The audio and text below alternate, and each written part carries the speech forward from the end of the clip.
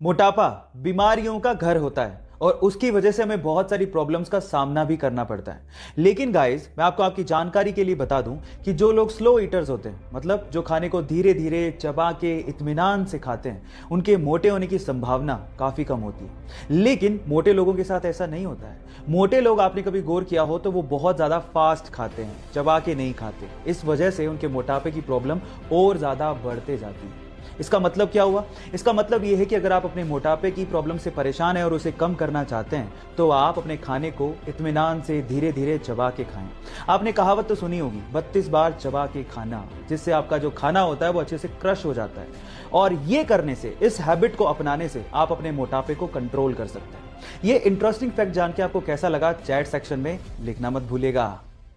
आप लोगों ने अपनी साइंस की किताबों में एटम के बारे में ये तो पढ़ा होगा कि एटम के 3 बेसिक पार्टिकल्स होते हैं, इलेक्ट्रॉन, प्रोटॉन और न्यूट्रॉन। लेकिन इंटरेस्टिंग स्टोरी है इनकी डिस्कवरीज को लेके।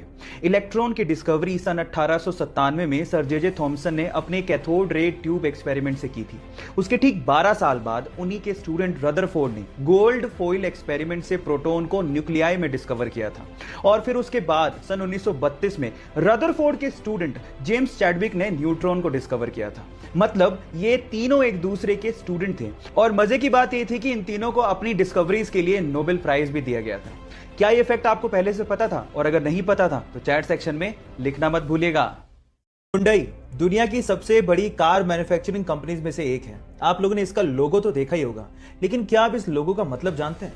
शुरू में तो ये सिर्फ एक लेटर एच की तरह दिखता है, जो कि शायद आपके हिसाब से हुंडई को रिप्रेजेंट करता होगा, लेकिन इसका एक हिडन मतलब भी है। उसमें 2 लोग एक दूसरे का हाथ यूं पकड़ के खड़े हैं, जिसमें से एक है कस्टमर और दूसरा है हुंडई का रिप्रेजेंटेटिव। और वहां पर यह बताने की कोशिश की जा रही है कि कस्टमर और हुंडई के बीच में ट्रस्ट और सेटिस्फेक्शन का एक रिलेशनशिप है। क्या इस हिडन मतलब को इससे पहले तक आप लोग जानते थे? और अगर नहीं जानते थे तो चैट सेक्शन में लिखना मत भूलिएगा। गाइस, क्या आपको पता है कि भूटान इको फ्रेंडली कंट्री होने के साथ साथ पूरी ही दुनिया की इकलौती कार्बन नेगेटिव कंट्री भी है? पर सवाल यह है कि आखिर कार्बन नेगेटिव कंट्री होती क्या है? डोंट वरी, मैं आपको बताता हूं। इसका मतलब यह है कि भूटान जितनी CO2 प्रोड्यूस करता है, उससे कहीं गुना ज्यादा वहां के फॉरेस्ट CO2 को एब्जॉर्ब कर लेते हैं, जो कि हमारे एनवायरमेंट के लिए बहुत अच्छी बात है।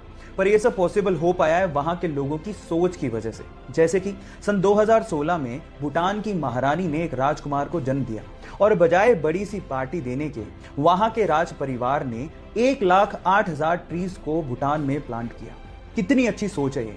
आपका इसके बारे में क्या विचार है? चैट सेक्शन में लिखना मत भूलिएगा। Thank you. गाइस, एक बहुत ही इंटरेस्टिंग फैक्ट बताता हूं। अमेरिका के आर्कनसास में एक डायमंड की माइन है, जो कि पब्लिक के लिए ओपन है। मतलब यह कि वहां पे कोई भी जा सकता है, डायमंड को ढूंढने की कोशिश कर सकता है, और अगर डायमंड मिल गया तो वो डायमंड उसका। इस माइन का नाम है crater of diamond state park, जो कि 911 एकड़ में फैला हुआ है। सुबह 8 बजे खुलता है, लेकिन उसके लिए एक टिकट लगती है लगभग $8 की, यानी कि 570 रुपए के करीब। और वहां पर आपको डायमंड कैसे खोजा जाता है वो भी सिखाया जाता है। यह अकेली इकलौती ऐसी माइन है जो कि पब्लिक के लिए ओपन है।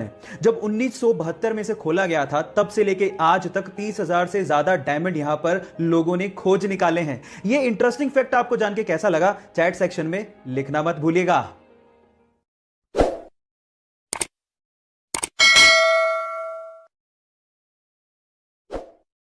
गाइस, आप लोगों ने लोयन, टाइगर, इन सब स्पीसीज के बारे में तो सुना होगा, लेकिन क्या आपने कभी लाइगर के बारे में सुना है?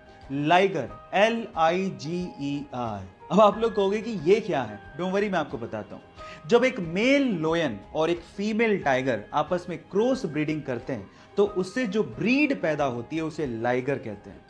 शेर की दहाड़ और चीते की चाल जब आपस में मिक्स होगी तो आप लोग अंदाजा लगा सकते हो कि वो ब्रीड कैसी होगी। टाइगर तो जानते होगे, अब आप लाइगर के बारे में भी जानते हो। ऐसे ही इंटरेस्टिंग वीडियोस के लिए मुझे फॉलो करना मत भूलिएगा। मिलते हैं अगले वीडियो।